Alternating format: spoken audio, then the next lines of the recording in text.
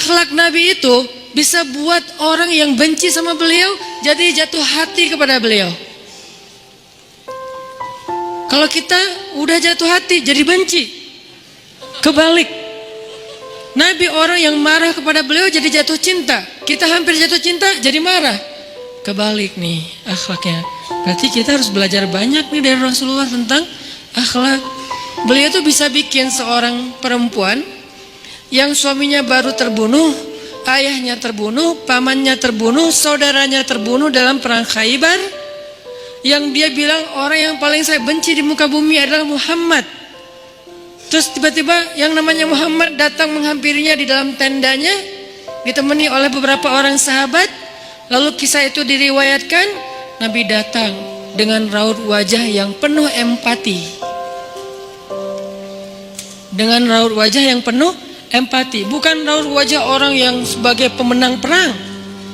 Kan Nabi menang perang waktu itu sebagai seorang tuan, bukan, yang empati, yang kayak sahabat banget gitu. Datang Nabi duduk di sebelah Sofia. Sofia diam aja, marah banget. Cuman dia nggak bisa ngapa-ngapain karena dia berstatus tawanan perang. Mau gimana coba? Mau dia tusuk nggak bisa, dia sendiri. Dan dia takut bahwa dia akan diperlakukan seperti umumnya orang memperlakukan tawanan perang. Karena dia belum paham, belum kenal Rasulullah. Dia kaget ketika Rasulullah SAW minta maaf sama dia. Kaget, nggak ada cerita orang dalam perang yang menang minta maaf kepada yang kalah. Ada nggak cerita kayak gitu? Nggak ada tuh. Yang menang minta maaf sama yang kalah. Maaf ya, kami menang. Jangankan perang, sepak bola aja susah nyari yang kayak gitu kan ya.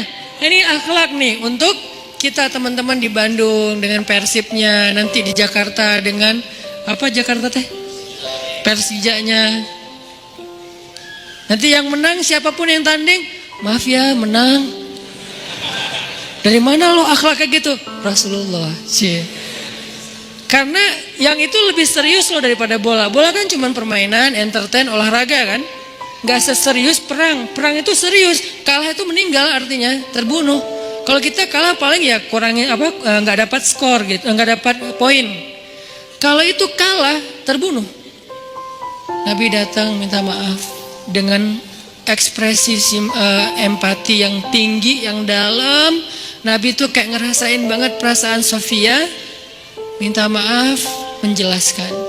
Sofia, maaf ya, aku ikut turut berduka atas wafatnya ayahmu, suamimu. Sofia marah banget. Terus Nabi menjelaskan apa yang terjadi. Aku tuh udah ngasih kesempatan agar kita gak usah berperang, tapi mereka terus menyerang. Maaf ya, menjelasin lagi. Maaf ya, ngejelasin lagi. Berjam-jam. Seolah-olah Nabi yang minta pengampunan kepada Sofia. Seolah-olah Nabi itu tawanan perang. Minta maaf, menjelaskan kejadiannya. Minta maaf, menjelaskan. Terus kayak gitu dengan ekspresi serius. Dan kelihatan banget lah ucapan dan ekspresi orang yang jujur kan kelihatan ya. Jujur bahwa beliau itu empati banget, bahwa beliau juga berduka. Terus sampai Sofia dari yang tadinya lihat ke bawah nunduk marah, lama-lama ngelihat ke arah Rasul. Ngelihat ekspresi Rasul serius banget, malah dia jadi kasihan. Sampai akhirnya dia jatuh cinta kepada Rasulullah SAW.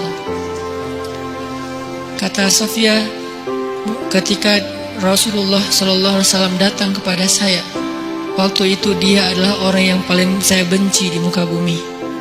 Tapi dia terus meminta maaf dan menjelaskan, meminta maaf dan menjelaskan, sampai akhirnya dia menjadi orang yang paling saya cintai di muka bumi. Akhlak Rasul. Rasulullah gak mengatakan Allah berfirman wahai Sofia. Enggak, belum ke sana. Akhlak dulu, baru nanti ajarin. Tarbiyah namanya kan ya. Sesungguhnya di dalam Al-Quran ada ayat tentang orang-orang yang kafir yang telah mati terbunuh. Enggak, Rasulullah tuh tahu jangan ngomongin tentang ayahnya yang mati terbunuh, ibunya yang pamannya, suaminya yang mati dalam keadaan kafir. Nabi nggak mau ngomongin itu. Kenapa? Menjaga perasaan Sofia. Kok masih dijaga sih perasaan? Kan mereka beda agama, mereka orang kafir. Inilah akhlak Rasul. Sehingga Nabi membahas yang membuat Sofia merasa kayak dihargai sebagai seorang janda, sebagai seorang perempuan, sebagai seorang yatim, sebagai seorang tawanan. Sehingga dia takjub dengan akhlak Nabi. Akhirnya dia cerita, ya Rasulullah, belum beriman udah manggil, ya Rasulullah, saya pernah bermimpi bahwa dalam mimpi saya melihat ada rembulan di atas kota Madinah, lalu jatuh ke pangkuan saya. Jibril turun bilang ke Rasulullah, apa maksud dari mimpi itu? Tahu nggak Rasulullah apa maksud mimpi? Apa Jibril? Maksudnya rembulan itu kamu. Maksudnya dia akan jadi istri kamu di dunia dan akhirat. Rasulullah langsung, aduh gimana ya?